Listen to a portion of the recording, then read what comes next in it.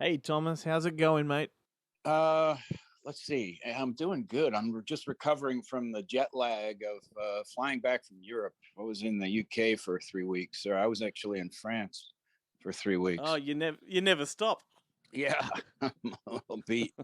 I'm a little beat, but we had a lot of fun there. I took my dad trout fishing on the Dordogne River and caught a couple of trout. My mom cooked them up. It was uh, memorable. That's amazing because you got to be one of the hardest working actors I know of, and I was going to ask how you managed to find time between projects for that sort of R&R. Yeah, it's good. It's life saving. You got to do it. Absolutely. You got to carve out some time and just go off the grid for a while and figure out how to reset. I do, yes, absolutely. Look, it's great to be chatting with you, mate. You are basically an honorary Aussie. Yeah, no shit. By now, I think I am. I had a lot of fun down there and up there in Queensland. It's a pretty exotic place, I think, even for most Australians. It's I mean, at least the guys up there were saying, "Yeah, this isn't really what the rest of Australia looks like." This was very tropical up there. It's lush. There's of course all the wildlife is pretty extreme, and the people. You were far north, were you? Like up near Cairns? Yeah, I went up there. I went up there to scuba dive the Great Barrier Reef, Amazing. and the show Tropo takes place up in a place like Cairns, but Yeah. we shot a little bit. We shot a little bit south of that near Brisbane. Awesome. Well, we're here to talk about Murder at Yellowstone City. Dude, this is such a classic type of western, and you're no stranger to westerns. You've been in plenty of them. Have you always been a fan of the genre, or what's the appeal for you? Well, yeah, I mean that's the thing where me and my old man would sit around on Saturday afternoon and watch the old Sergio Leone westerns, and then I got into the John Ford stuff. Uh, when I got a little older, and all the old great westerns. Anthony Mann made a few. In other words, yeah, I'm a fan, and I've always wanted to do it, but they weren't making westerns for a long time. Mm. There was a sort of a fallow period uh, in Hollywood where I mean I was trying to get a western made for 10 years, or not 10 years ago. Yep. I was trying to get a western made. Nobody would touch it. Now we're having a little string of them, so I'm proud of that. Yeah, and so you should be. This one's a great one, and it was filmed at the Yellowstone Film Ranch, which looks amazing. And this is for people that don't know. This is a facility that Richard Gray basically built from scratch with a couple of partners. And I've been following his social media and behind the scenes production shots, and he seemed to look like a kid in Candyland, man. Like, Yeah. can you talk about working with him and your thoughts on the ranch? Well, we were the first. Yeah, Richie and his buddies built the ranch to make westerns, and we were the first guys to sort of shoot there and memorialize the ranch on film. Hmm. And then since then, it's been pretty nonstop over there, where westerns have been moving in other westerns to shoot there. And so what's great is you get a unique. A lot of these towns, if you're a western fan, you've seen them before. Mm. They change the signs and they repaint a couple buildings, but it's the same old town. This is a new one, and it's really well done. I mean, the guys who built it did a bang up job. It's built to last. There's no facade that's being propped up by a couple of 2x4s. This is like all the buildings are real. You can shoot in them and outside and around them. We had it was an extraordinary amount of fun to shoot. We had some great crew. Our horse wranglers became buddies, and we've worked together again on a different western. It's good times. I hope this run lasts. And thanks for saying that Yellowstone is good, because every good western that comes out means that they'll make a couple more. You know. No, absolutely, absolutely. uh, I'm a big fan of westerns, and like I think it might have something to do also with the fact that he built this whole backlot from scratch, but there's an authenticity to it. That's for sure. We had a great story, and we had got some great actors involved. And Speaking of the actors, like what an incredible cast! Gabrielle Byrne and Richard Dreyfuss, Isaiah Mustafa, Nat Wolff, Amy Garcia, Anna Camp, amongst others. Like this must be a hard film to say no to. Yeah, you get a good script, and you're darn right. I mean, that's why you see a lot of established, really good actors in the show, because you get a good script, everybody wants to show up for that, and that's reflected in getting guys like Dreyfuss out there, who was a legend, such a kind man, but all full of all the great stories, from Close Encounters to Jaws and all the other things that he's done over the years. Having a guy like that around, sort of the godfather of actors, one of the godfathers of actors, it was really fun. Is he like the class clown that I would like to think he is? He's got a great sense of humor, I tell you that. Awesome. And given that you guys were all shooting on location in Paradise Valley, which is practically Yellowstone, I imagine it was hard to get away from each other. So were you a really close knit group of friends? Well, I mean, I think you're right. When you spend 5 days a week together, and it's 12, 14-hour days, on the weekends, personally, I just kind of want to get the hell on a river somewhere and go fly fishing, which is what I did. My dad flew out, and we went up to the Yellowstone. We got ourselves a guide, and we did a wonderful fishing trip, a couple of times up there. It's really fun. So that's what I did. What a place to make a living.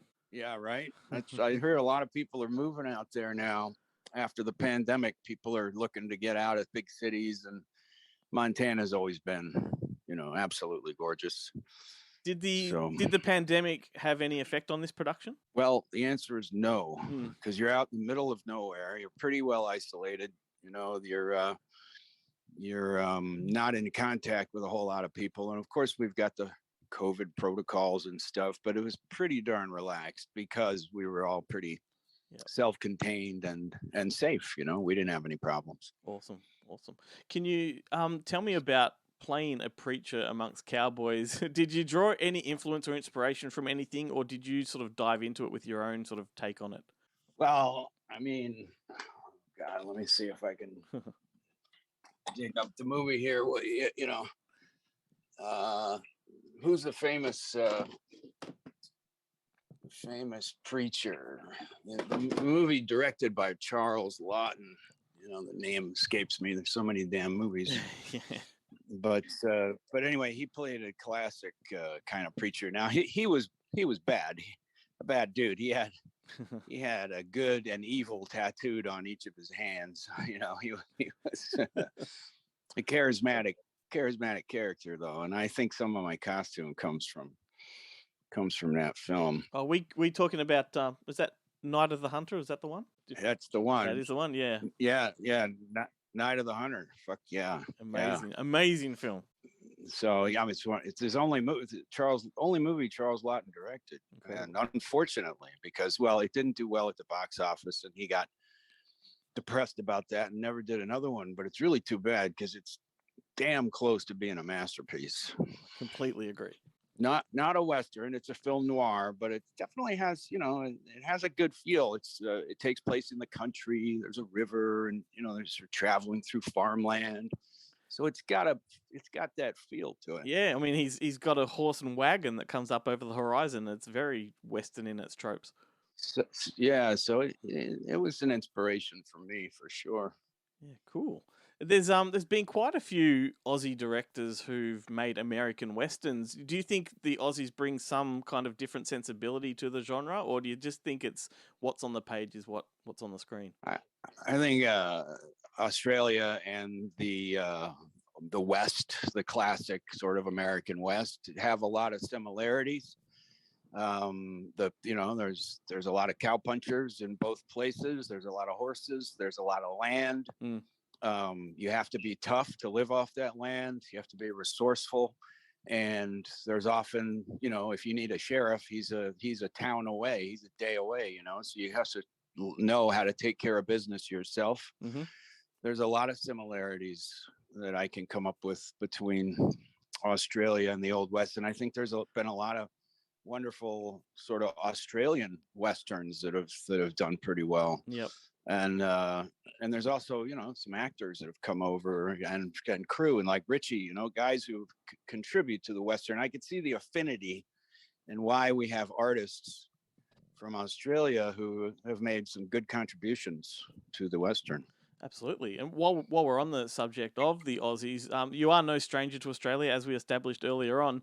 You filmed quite a few things down here, and you've worked with lots of Aussies over there. What keeps bringing you back here?